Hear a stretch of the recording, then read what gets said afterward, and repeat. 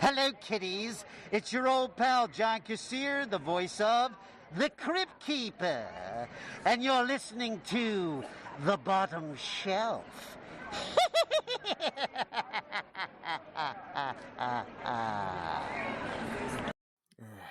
Oh, crap. Oh, we're almost at the mid-month marker. Dallas. Hmm? Dallas. What? I'm reading Assassination Classroom. What do you want? We got to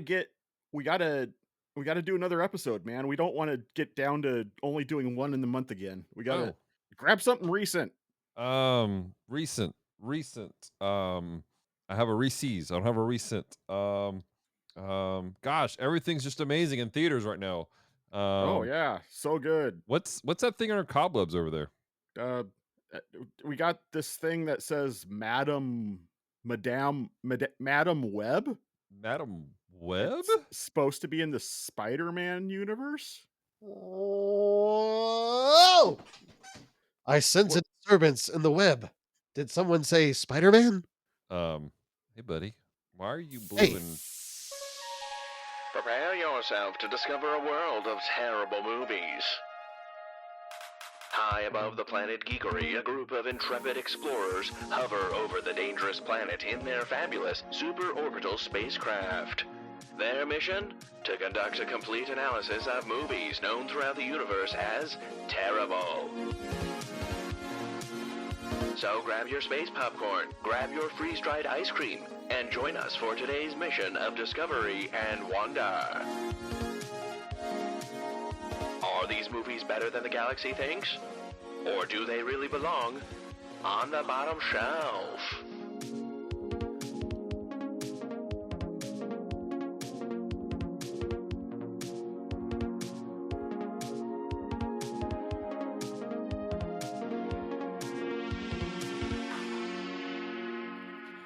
Welcome, movie lovers, movie haters, and movie apathetics. This is another episode of The Bottom Shelf. Yay. And joining me today, as always, my captain, we have Dallas the Muscle Mora. Hello! Nobody's ever called me the muscle. I feel happy. I'm normally the fat guy in the corner. Well, and then next to the fat guy in the corner, we have Force Ghost Bam. Hello, I have returned. Boogie. Spooky. That's the wrong kind of ghost, isn't it? That's about as Halloween as we're probably going to get this month. There's spiders. That's Halloweeny. Yeah. So we're doing something weird here and not going with the obvious theme for this month. We're doing our own little theme for October. We're having Spider Month. And kicking it off this month, we are doing relatively newish schlock Madam Web. Yeah.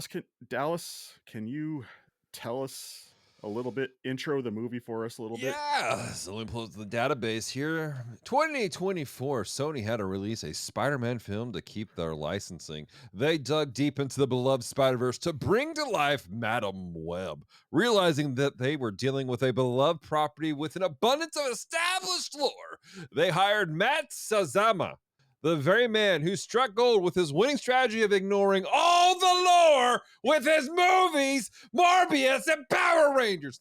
But then, with the desire to make a blockbuster movie property feel somehow unique, different, avant-garde, they hired S.J. Clarkson, who directed 30 TV series and one TV movie. That's winning strategies. Starring Dakota Johnson, who had about 50 shades of emotions that were indistinguishable. Quite talented. A confused Sydney Sweeney, Isabella Merced, who was still wondering where Swiper was, Celeste O'Connor, who was looking for a proton pack, and Tahar Rahim, who didn't realize they were actually filming all of his read-throughs, not his actual acting scenes, and it was just an awkward situation. Yeah, you've got me looking forward to this, Dallas. Oh gosh. Well, Bam, maybe you can read the back of the box and try to sell me on it. Okay, I'll do my best. Let's see here. Madam Web tells the standalone origin story of one Marvel Publishing's most enigmatic heroines. The suspense-driven thriller stars Dakota Johnson as Cassandra Webb, a paramedic in Manhattan who may have clairvoyant abilities. Forced to confront revelations about her past, she forges a relationship with three young women destined for powerful futures, if they can all survive a deadly present. Did somebody say something about presents? I love presents. This movie is a gift. To Oh, whom? Is there a I return have policy? comments, but I haven't watched it yet. Let's talk trivia. Okay, maybe I can sell Yes. myself if I just access our internet movie databases. Okay, it says here that this movie is unusual from Marvel Comics related movies, as apparently there is no post credit scene for this movie. So Yeah. we don't have to That's- sit through the credits, at least, right? Oh, good, because I I mean- really have to pee already. I'm not necessarily heartbroken over that. I mean, that thing's gotten old. This is actually Dakota Johnson's first Marvel film, though she's admitted in interviews that she has never seen a Marvel film except for a quarter of one of them. And when asked to name the past three Spider-Man films, she was unable to name any of them correctly, listing them as follows: Spider-Man, Here He Comes, Spider-Man, and He's Back, and then The Goblet of Spider-Man. This is giving me Sorry. hope. Is it A New Hope? I'm actually this is- interested in those. This is the first Marvel movie based on a character that did not have their own self-titled comic series. And then apparently Sony had plans for either Andrew Garfield or Tom Holland to appear as Spider-Man, but ultimately cut all references to Spider-Man from the final version of this film. Interesting. I have thoughts. Brave take. The live action of debut. This is the live action debut of Spider-Man related characters Cassandra Webb, Julia Carpenter, Anya Corazon, and Maddie Franklin, and Ezekiel Sims. All of the women, except for Webb, have taken the mantle of Spider-Woman, which is more famously held by Jessica Drew. So that's something. This movie is loosely based on the Book of Ezekiel storyline from The Amazing Spider-Man number 506 through 508. And according to Adam Merrims, the filmmakers set the film in 2003 so they could feature Britney Spears' Toxic, an inclusion taken by the skin of their teeth. Toxic was not published as a single until January 12th of 2004. However, Britney Spears' album In the Zone was published on November 15th, 2003. So literally they set this film in 2003 so they could feature a 20-year-old Britney Spears song. In November. Okay. I'm feeling more Hulkish than Spider-Man-ish after you Mm. reading that trivia. Yeah, I was hoping that it might possibly sell me on this movie, but like let's go into expectations, because Do you want to do that, or do you want to do community outreach first? let's do community outreach, because I have thoughts for my expectations. Let's hit that Yes. outreach. Are we going to go round robin, or are we going to have someone just read them off? Let's do round robin. So I want to read my dude Jonathan Gilbert, who was on our Mortal Kombat episode, by the way, folks. Go check that out. Both of them, if I remember correctly, right, John? I believe so. Yeah. Madam Web is one of those overhyped movies that had a chance to launch a franchise and they just threw it away. The acting was lackluster, and oftentimes Dakota Johnson's performance felt more like a table read than a full production movie. The writing reminded me of an 80s B horror movie where everyone knows the killer is looking for them, but they make themselves both visible and vulnerable. The dinner scene comes to mind for that trope. Overall, the entire movie felt like it was rushed, or like the 90s Fantastic Four movie. It was done to keep licensing rights with Sony, except unlike the 90s Fantastic Four, Madam Web was actually released. In my opinion, the bottom shelf movie, it's a bottom shelf movie mainly to be viewed by film students to learn how to not make a movie, in particular a superhero movie. All Based right. on what I've heard so far, I think I'd prefer the 90s Fantastic Four movie. I've never been into Fantastic Four, so I have zero dogs in that fight. Oh, it's fantastic. I'm sure. Just like the other two that I'm aware of. Or are there three Three. that I oh. Well, that There goes are to show you three. how interested I am. Well, here's one from friend of the show, John Frudiger. Dude. Says, it most certainly was a movie. It spit in the face. I'm sorry. It spit in the face of a ton of established lore in order to fit as many characters as possible, and tried to turn it into a suspense thriller that kept hinting at action but never delivered. If you know the lore of the characters, then you see it and you're severely underwhelmed. If you don't know the lore of the characters and you see it, then you're really confused. The plot and tie-ins are completely incomprehensible for most people. Since I'm a fan of the movies that do that sort of time jump well, I was able to follow the disjointed logic, but I know that was a big sticking point for a lot of people. And then he mentioned some spoilers to this, which I'm gonna read. So Okay. it hinted at characters getting their powers and being a formidable force but they never actually get them in the movie, and you never see this come to fruition.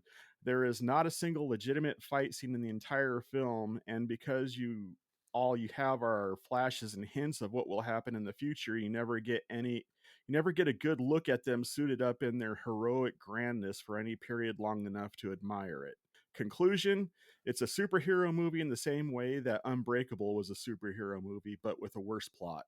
I'm trying to figure out if that means that John doesn't like that movie. Well, Unbreakable was essentially supposed to be only the first act of the story. Like Yeah. M. Night Shyamalan said specifically, he wanted to do like just the first act, like up to where the hero becomes the hero, and then he wanted to stop the story there because he Yeah. really wanted to focus on the everyday. And I really wish he would have done that instead of making 2 more movies. But I'm just no, thinking- that's true. I don't own the other 2 movies. I only have Unbreakable. I stopped at I the didn't end of even like Unbreakable. Oh, So I loved it. Oh, And if I remember did. correctly, I think John saw Unbreakable with me when we were kids, and I'm pretty sure he enjoyed it back then too.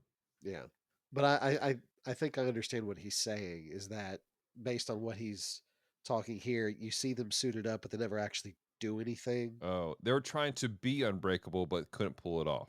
Yeah, I think that's what he's saying. Okay. John, if that's not what you're saying, correct us. all right.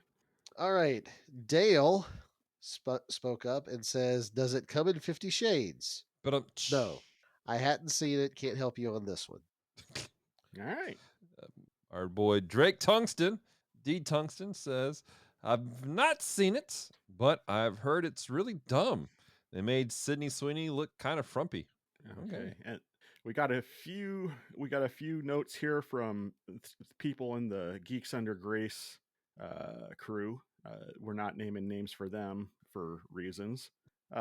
So first one says, love the cast, love the setup, never seen the third act fall apart so bad. None of the vision comes true. All right, from another member, forgettable but not the worst movie. And then from another one. I think you copied that same comment twice, bro. So what? Looking on the comments here, it looks like that last one is the same as the one that I just read. Oh, true story. Well, never mind. Or is it a vision of the future? Dun, dun, dun. Or Whoa, is Dallas? I just had a really weird case of deja vu. Or is Dallas just really terrible at paste and copy? No, we purposely aren't necessarily naming name. There was a lot of people in the GUG community who gave us stuff, and so I'd feel bad about naming names if we're not going to name every person and read every one of their comments. But this is like the 3 I had chosen, but these 2 specifically also, they summarize basically what everyone was saying about it in the GUG community. Shout out to our friends at Geeks Under Grace, by the way. Love those guys. Good friends of mine. So. All right, let's go with our lowered expectations. Dallas, you can go first. My expectation is I want to enjoy it. I have a tendency to see movies that are terrible and go, oh, that wasn't bad. And so that's what I'm hoping to do, because um I like I like the idea of playing with characters that aren't Spider-Man. Don't get me wrong, Branson, don't be offended. Peter's cool, but there's a lot out there, and I love the Spider-Verse movies. But they are pretty much focused around they're basically Miles Morales movies. Um, and so I'm excited to see other characters highlighted in a major way, and I'm hoping, if nothing else, this is like some other movies we talked about in the past, where it's like, if you remove the name, it's not a terrible movie. You know what I'm saying?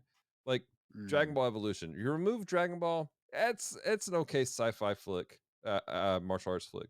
You remove Mario Brothers, okay, you got a dystopian sci-fi flick. It's fun to go with. So that's what I'm hoping for. Bam, being as you're the spider expert here, why don't you go next? I've not seen this movie before watching for the show. Heard a lot about it. Had every intention of seeing it when I saw the trailer. And then for whatever reason, I never got around to actually seeing it. And then the reviews came out. And I readily admit I've got kind of a bias against it for a couple of reasons. One, I don't I don't like the idea of trying to build a universe of movies centered around Spider-Man, but never actually including Spider-Man. Spider-Man doesn't have to be the focus of every movie in the universe, but to just not mention him at all. And I think I said this when we covered Venom, is, Spider-Man is a main part of Venom's backstory. So to tell the story without Spider-Man, it just feels odd. And I'm afraid this is going to be the same thing. We're going to see a whole bunch of Spider-Man references, but no Spider-Man, and it's going to be weird. Secondly, the arguing and yelling back and forth. I saw comments everywhere from "this was the most amazing movie ever" to "this was an absolute waste of film and a waste of time and a waste of money." And basically, the two sides were arguing with each other, saying, if you hate this movie, you're part of the problem, or if you love this movie, you're just pandering. So there's just a lot of stuff surrounding it. I'm going to do my best to go in with a blank slate and appreciate it for what it is, but I don't have high hopes. And as far as myself, I will say this. There is a man who is very important to me who was directly responsible for me wanting to become a podcaster. His name is Ben Avery, or whom I lovingly refer to as Ben Ben. I have only seen Ben Ben mad twice in my life. Up until, and the very first time was on the Strangers and Aliens podcast that he does, where he reviewed this movie. Prior to him reviewing that movie, I was unaware that Ben Ben could actually get mad, and boy was he mad. So I don't know that I can go in completely unbiased. I certainly can try, but I don't have high hopes. I'll put it like that. As we go into the movie theater, when you have that song, "We Got High Hopes." I don't. I don't know. But slow it down and put it in a minor key. We have high hopes. Well, we're dragging our feet, and None we of don't us know gonna how. watch this movie. I don't know how long Bam's Force Ghost is going to last. So let's hit the theater. Dear listeners, this is your opportunity to escape. Our crew has just entered into the media projection chamber. What horrors and madness that they consume are unknown. Their mental state upon their return is unknown. You have been warned. This is the part where I wake up and realize that the past 2 hours was a dream and I can prevent all of that now. Ready? Go! Welcome, crap, everybody, I'm to here. this week's episode of the Bot. No, wait.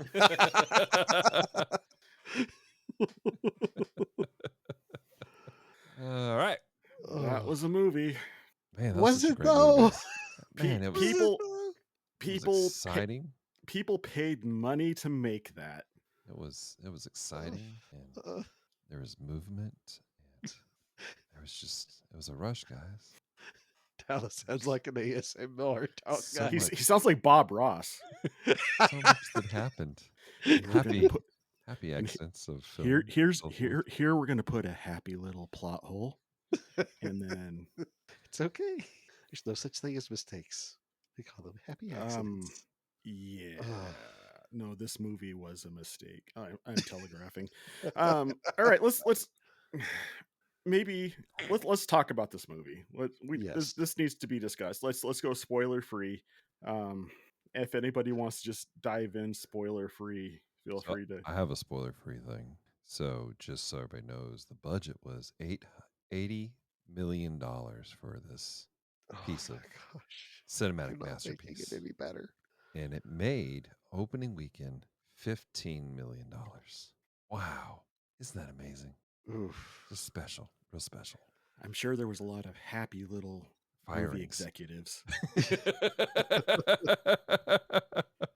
Oh my gosh! I'll have something legitimate. I appreciated some of it. Watching it, it was kind of oddly surreal at times because it kind of felt like 2003. like I can dig that. as it drove, Yeah. like they drove past like the blockbuster and then the music, and it was like, Mhm. and it's one of those things where it's a film that takes place in time, but it doesn't feel awkward. Like it feels very natural to me because that's that was my Yeah. predominant teenage years right there. I was graduating high school and stuff like that. Whereas there's some films I watch that they take place in 2003 because they were made in 2003 and they feel very strangely out of place. Like it's like you guys know what I'm talking about. Like you watch movies, they're Yeah. like they're modern day, but they're all like high end fashion, specialized clothing. Like everything looked very like no, people actually wore that. Like, Yeah. and that's the thing that people forget about is like when you watch movies, they're not nobody's wearing clothes that people actually wear. They're wearing like high end fashion. Somebody's getting paid to do some stuff. They make fun of there's a thing called the Disney look where you have these Disney characters and like on like Disney TV and the live action shows, and they're wearing these ridiculous outfits, and everyone's like, "Why are they wearing that?" And it's no girl or young man wears those clothing at all. And in modern movies, that's how it is. But this felt like real life in some Yeah. fashion. There's some stuff that was exaggerated, obviously, but a lot of it was like, yeah, okay, I remember seeing dudes wear that or girls wear that, or I remember seeing these things take place. I can give a little spoiler-free thought about this movie too. I think it wasn't in my trivia, but I'm almost for certain that Madam Web probably wasn't the original title for this movie. Um, I have the script right here actually, and it was originally titled Pepsi Product Placement, the movie. That's fair. That's fair. Because boy, howdy, was Pepsi featured in this movie. I think I will put it like this: there are more Pepsi product placements in this movie than there are Right. fight scenes. Yeah. Do with that what you will. That's true. You're not wrong. uh, I felt like this movie. I I've spoken with a lot of writers, and a piece of advice that they've all given me is that you have to recognize that your first draft of whatever it is that you're writing, whether it's a novel, a comic book, a movie, whatever, your first draft is always going to be your worst draft. It's your suckiest draft. Don't try to make it perfect. Just vomit on the page and get it out there. Don't, because it's going to be your worst draft. I felt like this movie was somebody's first draft of a script and they just didn't go back and fix it. I have I have it right now, Branson. It's right here. All Yes. right, you know the conspiracy murder boards where there's pictures everywhere and they're putting like strings and they're making like a Oh, yeah, web yeah, of yeah. conspiracy. Yeah. Literally, that's all this was. It was like just a web of conspiracies, and like somebody take a picture of this and then film it in this order. Yeah. I was Yeah. just about to. I was just about to take what Bam was saying and take it a step back and saying it feels like this. The script of this movie felt like it was actually shot by outline, and they just told the characters, just say something that makes sense for this part of the outline, That would work because too. Yeah. it Mm. was. And It's can like I, there was can no I cleanup in post. no, and it was like this. It was like it was written by committee, and it was all people who didn't understand how teenagers act. Yeah. Because it's not a spoiler, but I can guarantee you, teenagers would not stand up on top of a table in a diner to dance to Britney Spears. Uh, And if they did, they wouldn't be up there for very long. I wanted to give you that. I knew some who did, but they would not be allowed to do it for very long. Right. The fact they got away with it as long as they did was unrealistic. Yes, but So is that spoiler? I don't know what's happening I anymore. don't think that's a spoiler. It doesn't give away I anything in the want to plot. say this. I don't think you're wrong about that.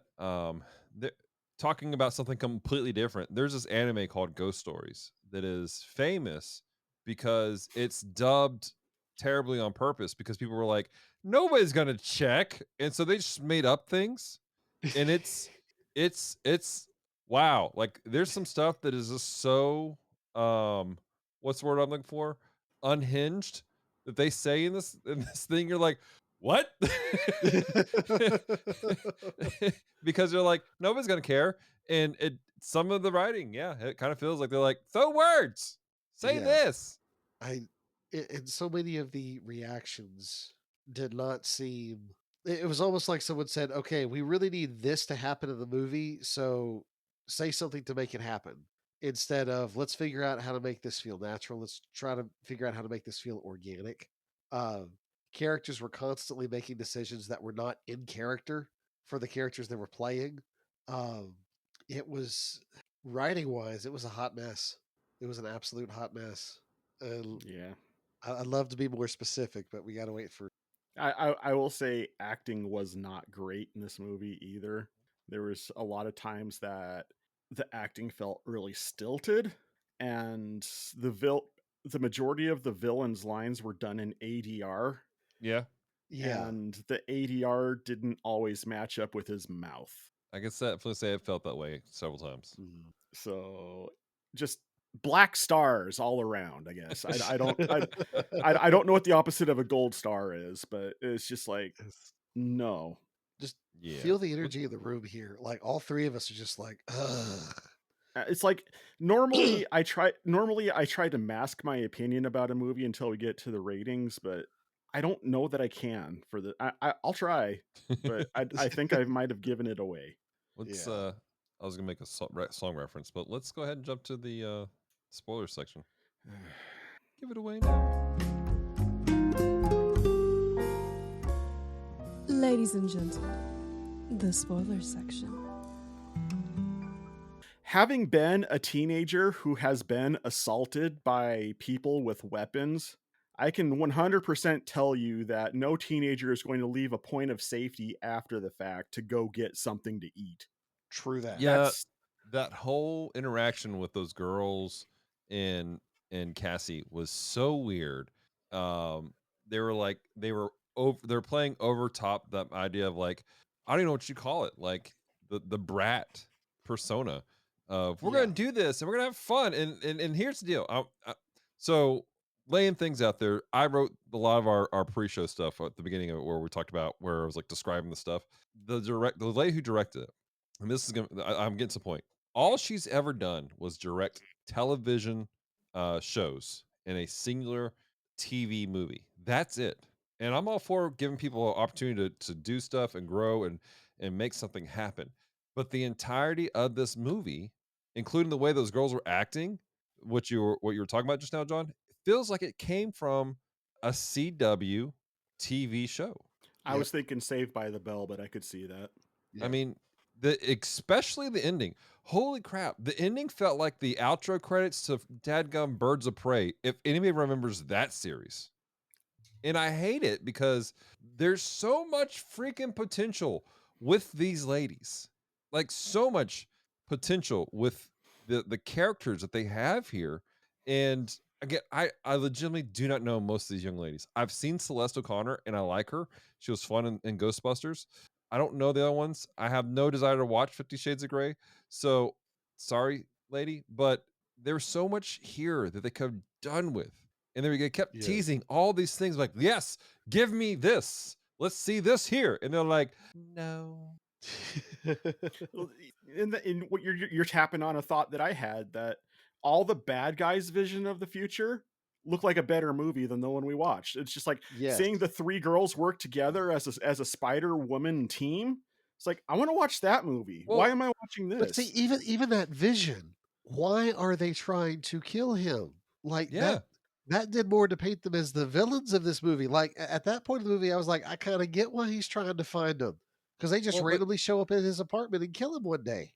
He says though, in a just quickly while he's seducing the director of the FBI, something I don't know what she is, and he's like, he goes, yes, Inspector McGuffin. they're after him because of what he becomes later, and so that's their way of going, this is how terrible of an individual I am, but like we don't know what he does. Right. And this is doubly frustrating for me. And when John was reading the trivia about how this was based on Ezekiel Sims, Dallas saw me lose my crap a little bit. I read the Amazing Spider-Man comic where they introduced Ezekiel Sims as a character. Yes, That whole story is all about a self-sacrifice thing. Like, he is a guy who has spent his life, he's not a villain, he's not a bad guy, he's just selfish. And in that comic arc, he literally sacrifices himself to save Peter. Like, there's this character named Moreland who absorbs powers from totemic superheroes who have animals as their symbols. And Peter and Ezekiel get in a fight with Moreland, and Ezekiel flat out, like, he spends most of the arc saying, I don't get involved, I use my money to protect myself. And at the very end, he jumps in and gives his life to save Peter. So the fact alone that they've made him the villain of this movie is a little bit offensive to start with, because when I was first introduced to the character, he was a hero, a reluctant hero, but a hero nonetheless. And Sort of a Tony Stark sort of character. yeah, like I don't want to get involved, I don't want to bother anything, but then he becomes that hero later. And so to see him as the villain, like, I stopped referring to him as Ezekiel. I just, this is someone different, because that's not Ezekiel Sims. That's just, go read the comic if you want to know what Ezekiel Sims is supposed to be. That might be the next episode on Spider Fan. Seriously, I might go review that comic just to fix what Madam Web has done. Oh my gosh. That's wild. Absolutely wild. Yeah. So Pepsi. Yeah. I didn't see cherry Pepsi though. That would have made it better if they had shown cherry Pepsi somewhere. Did that exist in 2003? Oh yeah, bro. Come on, bro. man. Cherry Pepsi's been I don't around drink Pepsi. as long as I've been alive, at least. Yeah. Oh, okay. Although back in the 80s they called it wild cherry because it's wild, man. I'm more of a Dr. Pepper guy myself. Yeah, I like Dr. Pepper. I pretty much don't drink anything with caffeine in it anymore, so I'm not any kind of caffeinated soda guy. I used to drink the mess out of Mountain Dew. Like, Mountain Dew was my drink. That was my I did too, until my anxiety set in. Hey, welcome to the Cola Talk. Today we're talking about our favorite cola drinks from the 80s and 90s and beyond. And it's Dude, do you still remember more interesting Surge? than this movie. Do you remember Surge? I remember Surge. I remember it came back, bro. It tried. I had one and I'm like, yep, that tasted like the 90s. And can we talk about the fact that they've replaced the name for Sierra Mist, and for some reason it tastes different now? It tastes the same to me, but you know why they changed the name, right? Yeah, there was some like they were doing a cease and desist on a lady whose name was Sierra Mist, right? And they were trying to take over her socials because that was her name. Yeah, so she sued them. She was bad for their brand. So she sued them. Yeah, and so that's awesome. Is it Starry now? Yeah. Starry Mist. But it tastes different to me though. Oh, it's I think it's psychosomatic, my dude. Because it took me. Sierra Mist was a staple. Sierra Mist and Mountain Dew Code Red. Those were my drinks I had on my lunch breaks at Hollywood Video. I did like Code Red. Code Red was good. Yeah. So we're talking about movies. I was about to say the fact that we just spent probably about 5 minutes talking about soda instead of this movie should speak volumes. Like, oh my this movie, for as much flash and bang as there was in this movie, and there was a lot of visual effect flash in this Sure. movie. It's a pretty forgettable movie. It Yeah. has it tries to I agree with Fruitiger in that it tries to cram too much into this movie, and as a result, nothing comes out of it. I think that Yeah. might be 90% of the problem is they just try and they have a problem with doing this with Spider-Man properties, and Sony specifically is cramming so much in. Celeste and I Celeste was gonna be on the show originally, but she couldn't stay up this late. But we were talking about it, and it would have been so much better if they had just not included the girls at all. It had just been Cassie, kind of learning what the crap is happening, taking the trip to Peru, uh, dealing with the jungle Spider-Man people, and even having Ezekiel chasing. I'm okay with Ezekiel being a bad guy if they just make him interesting, Yeah. and like he's chasing her for whatever reason, and end it there with a vision of the future. But the way they Mhm. did this whole thing, like I like because of the way it started, I was like, okay, we're gonna play by the typical, you know, time future rules, and what's gonna happen is that Ezekiel's gonna quote unquote die, but we're gonna see that he didn't die, and that's why the girls are attacking him later. That's gonna be there's no reason for them to have powers It's not even or to addressed. do anything. It's not even addressed. And I can understand the, because she has future telling powers, make her the protector of somebody. But I think the story would have worked better if, with that vein, if they'd have dropped it to just one girl. Mm, Choose one of the future Spider Woman, and then let the only time you see her in a suit is when, I was about to call her Jessica, Cassandra. When hmm Cassandra has a vision of the future, she knows what the single girl becomes, and I think you could have made it work with any of the girls, honestly. hmm But Or just just pick make the one. movie about the team of the three going after the dude. Yeah. That would have been a And fun movie. yeah, that would have worked too. It's almost like they picked the worst possible part of the story to tell. You know, I just had that just gave me a thought a thought about that part in the Bible where David's being pursued by Paul, and then David cuts off a piece of Paul's garments, not Paul, Saul's garments in the cave while he's taking a dump in the cave. yeah. Like this movie is just a big focus on Saul taking a dump. Like that Yes. to put it in perspective. Yes, it's a part of a much better and more meaningful narrative, but just because it's part of it doesn't mean that it's going to hold up on its own. Right. Yeah. Well, There was and just a lot. Sorry, go on, Bryson. I was just gonna say my first exposure to Madam Web was actually the '90s cartoon, the Heck yes. Spider-Man '90s cartoon. That's the first time I ever knew that Madam Web was even a character. And so I have a very specific idea in my head of what Madam Web is supposed to look like, what she's supposed to be capable of, and this ain't it. This ain't it. Um, the fact that she can see the future, I think that her blindness should have been a bigger part of the story.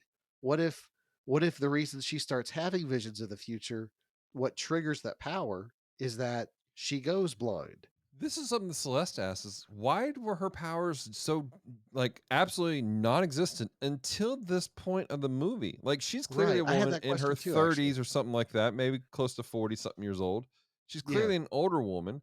Uh, why is her powers just now kicking in? Because she died. No, they start kicking in before that. No, they Yeah, they were didn't. working before. No, they didn't. Oh, they Yes. did. Yeah. They did. They started right when. Oh, well, I can't help you. I forgot that she had her first premonition before she died. It would have been great if it's weird. It would have been great if she died first, but no, it would have made more sense if she had died first, and then Mhm. it triggered something. Like it was like one of Yeah. like the venom still in her body, and it healed her, and all of a sudden unlocked some stuff in her when it healed her. But Yeah. it just didn't make sense. Like there's not a lot of thought in some of the stuff, and Right. like there's so much lost opportunity here. They could have done great stuff with all this. Sony could have taken this just this whole world that they're building here and ran and done some amazing stuff outside of Marvel proper as a whole. Yeah. Disney would not have gotten a fraction of the money, and it would have been amazing. But it and here's the deal. This is I heard somebody explain this. Sony has to put out a Spider-Man based movie every so often in order to keep the licensing. And basically what it was is this movie was their quick throw out a script because we are about to lose all the spider money. And it's the same thing they do with Morbius. They just Yeah. threw something out there. Yeah, And with and Craven that's later, I'm pretty par afraid. for the course. That's the reason why we got those, I guess, 3 terrible Fantastic Four movies, is because they were trying to hang on to that license. Mhm. Did Well, Sony own Fantastic Four? no, that was Somebody 20th Century Fox. somebody outside of Marvel. Yeah. But yeah, Which that's the reason Disney why absorbed is them too. So, but yeah, and I get that as a business decision why, but they're playing with characters that see that's the thing about the corner of the Marvel universe that is specific to Spider-Man. It is so vast on its own that you Mhm. actually could have an entire universe of stories that have nothing to do with the rest of Marvel. Kind of like Batman and DC. Right. Batman's universe is so fleshed out that you could have a whole universe of a whole stories that's TV show about Gotham that doesn't feature Batman at all. so it's not that they're hurting for characters. They've got plenty of characters to play with, Mhm. but it and I get the business side of it, but I almost wish what I wish they could do is and I had thought about this way back when they were first wrapping up things with Marvel. Let them have a movie where Peter Parker and Miles Morales finally meet and they do Hmm. their Spider-Verse thing. And then let Miles Morales become the official Spider-Man of the MCU. Let Peter Parker become the official Spider-Man of Sony. And then Mhm. that way they don't have to play together anymore. And Sony can make their Spider-Verse movies and Marvel can make all their Marvel movies with a Spider-Man in them and have fun. Go to town. And Right. you don't have to worry about playing catch up with any kind of connected universe anymore. To be Yeah. perfectly honest, I don't think the word Marvel movie carries the weight it once did anymore either. It So doesn't. Well, it doesn't. It doesn't. That's why that's. I mean, I hate to say it, but that's why I think it ought to be Miles Morales with the MCU and Peter Parker with the Sonyverse Mhm. because Peter Parker's the classic character, and Sony's trying to build off of those classic characters. And that's not a knock against Miles Morales. I love Miles Morales as Spider-Man. Mhm. I thoroughly enjoy his story. But for what Sony's trying to do, Peter Parker just works better. Mm. I give you that. all right. Well, does anybody have anything else they want to say or thoughts they want to share prior to giving your rating? Let's include the fact that they did try to squeeze in some Spider-Man isms in it. They Yes. they had a young Ben Parker who was wearing the Ben Parker what do you call it, knitted jacket thing that we see in the movies later. They had Peter. Technically, they had Peter, and Yeah. it wasn't a. And I appreciate it. This wasn't a, we're going to ignore the existence of Peter Parker and all that as a Mhm. whole. It was legitimately there's a Peter Parker there, Mhm. and but it was super before he was Yeah. right as he was being born, and they had a form of the famous line, but it was listed as when you take on the responsibility, great power will come. Which I kind of like the way that's phrased out. I legitimately I like did that. too. I did too. I thought that was a nice nod to the source material, but also looking at that concept from a completely different angle. It's Hmm. the Uh, idea that when you choose to take on the responsibility, that's what gives you the power. Instead of you've got this power, now you have to have the responsibility. I liked that reversal. I will say, if you want to talk about the Spider-Man isms or the Spider-isms, the spisms, anyway, it doesn't matter. At the end, when they're all in the hospital room and she's all like, "Oh, being an uncle's great. It's all the fun of having a kid with none of the responsibility." And then she's like, "That's what he thinks." It's just Yeah. like she's making light of the fact that, oh, Spider-Man's parents are gonna die. It's That's just, true. and she's just has the grin on her face. It's like, how inappropriate. Right. That's just more proof that the writing had zero thought behind it. They just put Yeah. it down because they were like, tee hee. Yeah, Yeah. definitely. So yeah, there was a But that lot was of that was things true there. for most that was true for most of the movie. They were having reactions that just didn't make sense. Like the girls are being hunted by a killer. They're out in the middle of the woods, and I think someone mentioned this earlier. Hey, I'm hungry. Let's just go to a diner Yeah. and eat. And so they're sitting there, they're eating, again, supposedly being hunted down by this killer. And then, hey, there's a bunch of cute boys at the table. Let's go flirt with them. And then, hey, there's a song I like. Let's get on the table and dance. We're supposed to be laying low. We're supposed to not be easy to find. It was almost like they said, we want this fight scene in this diner. But here's the problem, they have effectively removed themselves from all digital cameras. How are we going to make them give an excuse for why the killer can find them there? I know, let's have a guy see them making a fool of themselves and call the phone, call the police and say, hey, those 3 girls that were supposedly kidnapped, yeah, they're totally fine flirting with a football team at this diner. It Yeah. just, all of it seemed random. Well, even like all the stuff that was really random that were like all of a sudden there's action. Those are all the Yeah. things they put together in the trailer to make us think this is an action-packed movie. Right. And somebody brought it up in our community outreach about how they deceptively pieced the trailers together to go, man, we're gonna have the 3 Spider Women going at it, fighting. Let's go. We're Yeah. thinking that Cassandra's been training these young ladies to be mighty warriors of the web or whatever you want to say. And all they did was just paste and copy. I mean, at first, when I first saw the trailer, I thought I was like, oh, are they playing with like Spidey when he was wearing the black suit and he was working for Shield? Like, what's going on here? And then he goes, no, that's Ezekiel. Okay, cool. And you see him awkwardly in costume, out of costume in the same scene Yeah. quickly. And then can somebody explain to me the dream sequence where she's talking to Ezekiel, getting this information all of a sudden? And then Well, you like, see, how did Dallas, that it's happen? very convenient that your ability to see the future also gives you telepathy because reasons. I Just mean, like the this ability to see the future also allows you to be in 3 places at once because reasons.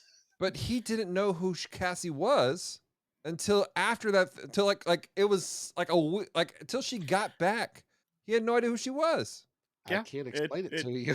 this is a I wish I this could. is a literary device called Deus Ex Machina, where it happens because it happens because it happens. The whole Like, movie was like that. Yeah. Hmm. let's give a rating, guys. Yeah, Yeah. let's do that. Let's be done. Dallas, why don't you go ahead and discuss the ratings, give the definition to possible new listeners. Yeah. So if you guys are new to the bottom shelf, we have a uh 4-tier system for rating movies. It's very complicated. There's a lot of math and number crunching. It's been really rough because Branson was our resident mathematic person. Now he's off being force ghosty. Anyways, so that being said, top shelf. This is really hard to hit this. You go, I need to own this. I want to own this on Blu-ray, DVD, VHS, if that's your jam. And I want to have this. Middle shelf is I'd watch it maybe if it was streaming. If it was on the back in the background, I might watch it. Bottom shelf, probably will never watch this again. Just even if it's on TV, I'll just flip past it and go on with my life. And then we have the dumpster fire, where we say, I will actively keep people from watching this movie ever again. Let it burn from existence and never be a thing.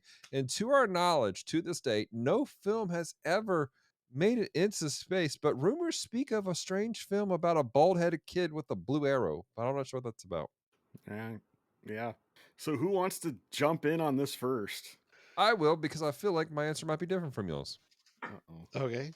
Go for it. So peek behind the kimono, as John says. He goes, oh my gosh. And he was suggesting his thing, and I went, well, I'm dusting off my top shelf here, boys. So that being said, I was dusting my top shelf because it was dirty. No, I'm putting this on the bottom shelf, actually. I was kind of in between, like, if it's in the background and somebody's like, I want to watch this, okay, just so I could be angry again at the fact that there were so many missed opportunities. But it's a bottom shelf film. It's not one of them just like throw it away into the ether and let it be forgotten. It's almost already forgotten. We don't have to put it in dumpster fire. But I think it is a great thing to point out, to go, this is what we could do. Like, these are great characters. And I want to stress this, because some people are going to listen to this and go, you're just angry because these were women. No, these are great characters, genuinely amazing characters that have depth, that have warmth to them. Just this script, and I again, I don't know who any of these actresses are except for the one, and I hope that this is a Matt problem of direction and script writing, because these characters that have been given can do some amazing things. So I'm putting it on the bottom shelf. All right. I'll go next so Bam can be in the uncomfortable position of being the tiebreaker. I would equate watching for me, for the experience I had watching this movie, I would put it on par with drinking a lukewarm cup of somebody else's vomit. No. Okay. When I put this movie on, I kept choking it down because I had to, not because I wanted to, which would be like if somebody told me I had to drink a cup of someone else's vomit, it would be very much a similar situation. I like I sat all day looking for reasons not to actually watch this movie until I had to. And then when I put it on, I kept fidgeting with my phone and other things around me because I was so disengaged with this movie. I didn't you know what, I'm not going to drag this out with flowery speech. Dumpster fire. This needs to cease to exist. Not so much because I want to prevent other people from watching this movie. I want to prevent me from ever accidentally walking in on it at some point in time. Like no, like this is Mortal Kombat Annihilation territory for me. So I genuinely respect that. I'm just gonna tell you, I was almost there with you, and so I'm barely on the bottom. It's hanging on. It's like the bottom is like singeing, the plastic's melting a little bit. It was kind of like that video where Kevin was trying to light the fog on fire, but it just wouldn't light at first. That's where it's at. your rating is like the red-headed glasses girl from this movie in the end scene when she's just hanging on right over the burning building. Basically. All right, Bam, break this tie for us. Let's peer into the webs and be everywhere, Branson. Because reasons. Yeah. I've actually flip-flopped back and forth in my ratings for the exact reasons that both of you have cited. I for a little while was in the camp of this is terrible. This should not exist. I hate the time I spent watching this. Like there was a reason I never got around to see it in the theaters. And now that I've seen it, I'm not glad that I saw it. But Fair. on the flip side, I've also thought, Dallas, what you thought about there is such potential there if they'd have just worked with it more, picked one story, polished it, done something with it other than just vomited it out. It had the potential to be something greater. So what I'm wrestling with is, do I rate it based on what it is or what it could be? And as far as I understand, the way this rating works is we're not rating the show or the movie based on what it could be. We're rating it based on what it is. And there are too many flaws. I don't know that it offends me to the point that I would actively try to tell people not to watch it, but I can't really find anything redeemable about it in its form right now. So, based on the fact that it is not good now, I'm going to have to dumpster fire it. All right. So That there was a you have hard. it, everybody. This movie is going to be scrubbed from existence. Never shall we speak of it again. What are we talking about? Right. We're going to talk about some weak connections, I think. About what? This is a weak connection. Welcome. It hasn't gone into the dumpster fire yet, Dallas. We haven't tossed it there yet. So, so welcome to the weak connection portion of the podcast where we try to find something redeemable, something redemptive, some kind of forced message because it is from the movie we just watched. You should learn CPR.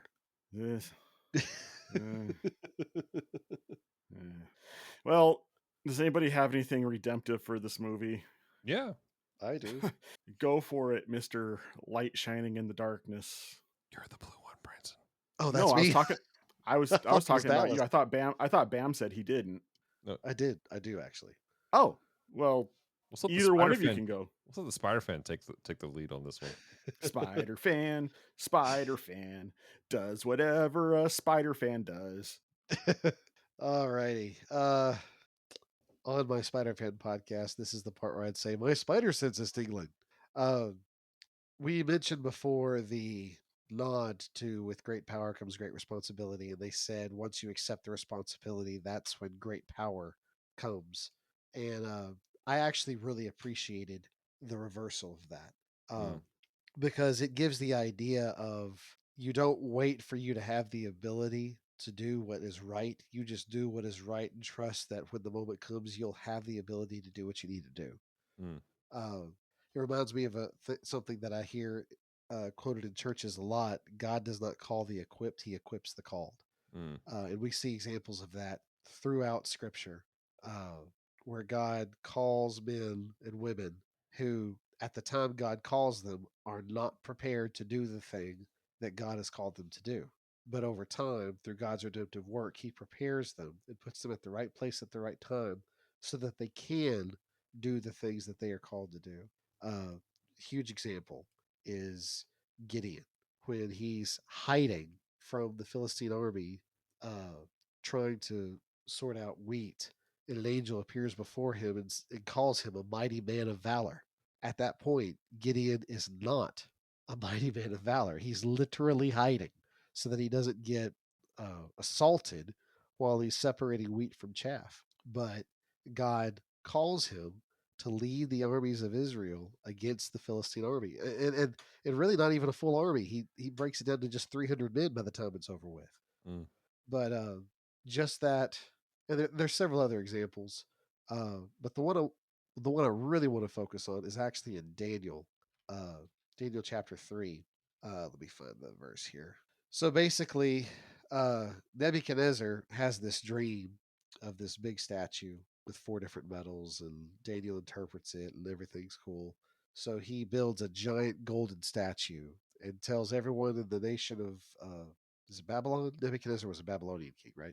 He tells everyone in Babylon, when you hear the trumpet, you need to bow down and worship this statue. And there are these 3 guys, Shadrach, Meshach, and Abednego. That's not their Hebrew names, but I don't remember their Hebrew names. Shadrach and Benny. Yeah, from the VeggieTale lore. But they refuse to bow. They refuse to worship. And so Nebuchadnezzar calls them out on it. And he says, chapter 3, starting verse 15, now if you are ready when you hear the sound of the horn, pipe, lyre, trigon, harp, bagpipe, and every kind of music, to fall down and worship the image that I have made, well and good. But if you do not worship, you shall immediately be cast into a burning fiery furnace. And who is the God who will deliver you out of my hands? Shadrach, Meshach, and Abednego answered and said to the king, O Nebuchadnezzar, we have no need to answer you in this matter. If this be so, our God whom we serve is able to deliver us from the burning fiery furnace, and he will deliver us out of your hand, O king. But if not, be it known to you, O king, that we will not serve gods or worship the golden image that you have set up. So basically, these 3 guys tell Nebuchadnezzar, look, you really don't have a position to threaten us, because the God we serve is more than capable of delivering us out of this fire. But even if he doesn't, we're not bowing to your statue. We serve the one true God. And even if it leads to our death, we're not backing down. And as the story goes, they lead them into the fiery furnace. And the thing is so hot that the people forcing these 3 guys into the furnace die from the heat of it. And they walk into the furnace and they don't burn. Not only do they not burn, but Nebuchadnezzar says that he sees a 4th man in the fire with them who has a face like the Son of God. And we've come to learn that that is actually an appearance of Jesus in the Old Testament. And what I think is amazing about that story is that Shadrach, Meshach, and Abednego did not know, walking to the furnace, that God would deliver them. They knew God was perfectly capable of it, but there was no guarantee. So they walked to that furnace willing to die, willing to be burned, because they knew this was the law that God had set down. We serve the one true God, and we're not going to step down from it. They were willing to say, this is the line, this is what we do. And because they were willing to take that leap, because they were willing to take that step to say, okay, if we burn, we burn, then God comes in and delivers them. God doesn't prevent them from going to the furnace. God delivers them while they are in the midst of that furnace. God doesn't put out the flames. God just keeps them from burning while they are in the flames. And I really got that vibe with this quote in Madam Web of, when God has called you to do something, you take it on whether you feel qualified to do it or not. Mm. As a matter of fact, if God is calling you to do it, you're probably not qualified, which is exactly why God calls you, because then He gives you the power, He gives you what you need, He equips you, and that brings glory to Him, because people look at that and say, man, there's no way that guy can do that. But he's doing it anyway. Why? And that opens up a platform for us to talk about Jesus and to say, well, the reason we're able to do this is because of Jesus, because we have a relationship with Christ.